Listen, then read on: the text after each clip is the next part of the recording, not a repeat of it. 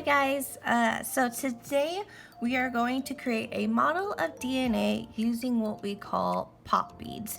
So there's various colors, so we're going to go and create a key of which each color represents. So present day Miss M is possibly going to tell you to create a key in your journal. So make sure you're following her directions at that time. So the first color we want to show is the white pop bead. So if you're looking at this white pop bead, it's kind of hard to see, but maybe if I put it underneath a different color book, here we go. You can see that we have our peg and that this white bead has holes in it. This is what we called the sugar of the DNA molecule, the sugar. So the sugar has a particular name and it's called deoxyribose. So again, the white pop bead represents sugar, specifically deoxyribose. The other color is red. It's what we call phosphate. So this is our red bead. We have orange, blue, green, and yellow. These represents the 4 different types of bases that are present within DNA. We have orange, which represents guanine. We have blue, which represents cytosine. And we have yellow to represent adenine. And we have green to represent thymine. So I'm just going to place them all because I think that's the way I want to edit it. Okay. And then let's add in the other ones.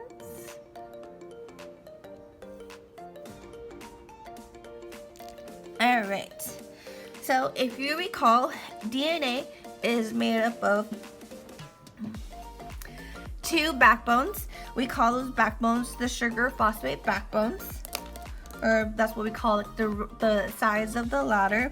So because it is called a sugar phosphate backbone, we are going to use the red bead, phosphate, and the white bead for the sugar. So we're going to create a sugar phosphate backbone.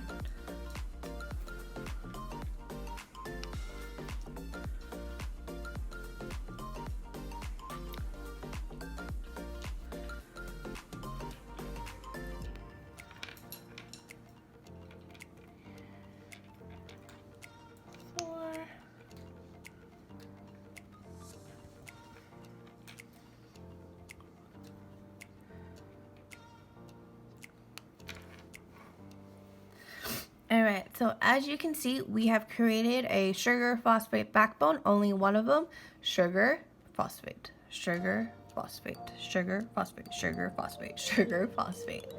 So that is one of our backbones. So if you're looking at this, we then need to start attaching our bases. So because this is our first strand that we made, this is what we called the template strand. Sorry, this is what we call the template strand because it is our first strand. So if you recall back in your video notes and within your DNA reading, that DNA is made up of multiple nucleotides. So we have our sugar and our phosphate, which is the first 2 parts that make up a nucleotide, but we're missing a base. So right here I have a base and it is yellow, which represents adenine. And if you're looking at our molecule, if you recall, let's bring back the orange background, the sugars are the only ones that contain the extra holes. Phosphate doesn't. So what that tells you is that bases can then only attach to a sugar. So when you're seeing drawings of DNA, you'll see that bases are always going to be attached to the sugar. So right here we have a complete nucleotide. So if I'm holding the rest, right here we have our sugar, deoxyribose, attached to a base. And then we have our sugar then attached to a phosphate. So right here is one complete nucleotide, and DNA is made up of many of them. So I'm going to attach another random base to the second sugar. I'm going to do it to the next sugar. And I'm gonna keep doing that.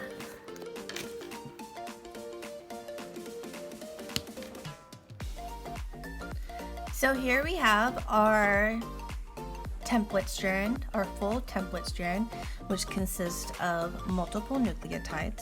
So we have one nucleotide here, consists of a base, a sugar, and a phosphate. We have our second nucleotide, our third nucleotide, our fourth nucleotide, and our last and fifth nucleotide. So again, this is what we called the template strand, because from this template strand, we are then going to create the complementary strand. So this is only one half of the DNA. We gotta make the other one. So in order to make the other one, we first then need to make another sugar phosphate backbone. So here is the beginnings of our complementary strand. So we created another sugar phosphate backbone. Now, in order to attach the bases, we have to follow the complementary rules. So remember, adenine always pairs up with thymine, and that way thymine always pairs up with adenine. Guanine always pairs up with cytosine, and cytosine always pairs up with guanine. So remember, if you look on your key, we have yellow, which represents adenine. Adenine always pairs up with thymine, and in our case, thymine is green. So that's going to let me know that on our first sugar, I need to attach a thymine. Next, we have blue. Blue represents cytosine. Cytosine always connects base pairs up with guanine. So guanine, in our case, is the color orange. So I have orange right here. And then we have another orange on our template strand. Orange represents guanine. Guanine always pairs up with cytosine, which in this case is going to be blue. Oh, we have another one. So we have another guanine. Guanine is going to pair up with cytosine, so we need another blue. And then we have a yellow. Yellow represents adenine.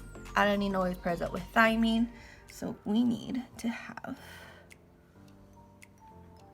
like such. Okay. I know it looks weird right here. Okay. Which can happen.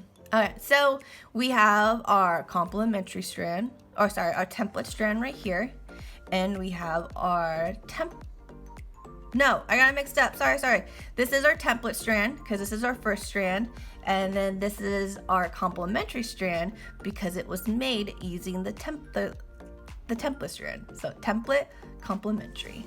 So next what we gotta do is connect them. So how we connect them is we use these little clear connectors, and I'm going to connect the bases using the connectors. So here we go. Our DNA is fully connected using those clear connectors. These clear connectors is what we called represent hydrogen bonding. Hydrogen bonding. If you remember, hydrogen bonding are weak bonds. They are called weak bonds because we need DNA in order to separate so we can make more DNA molecules. So again, here is our full, complete model of DNA. I am just going to leave it here for a bit because I'm pretty sure I'm going to make you draw this in your journal.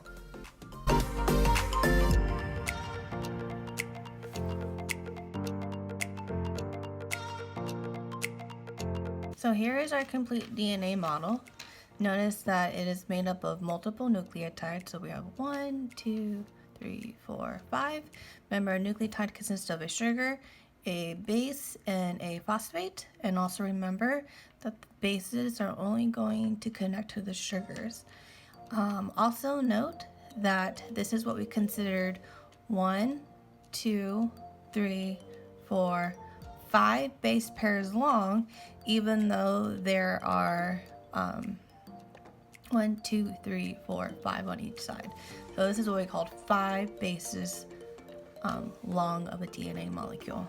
So if I were to do this, because this is kind of unstable, but if I were to pick this up and twist it, you can see that we have DNA. And it's so cute and tiny. So there's our DNA molecule. Yeah.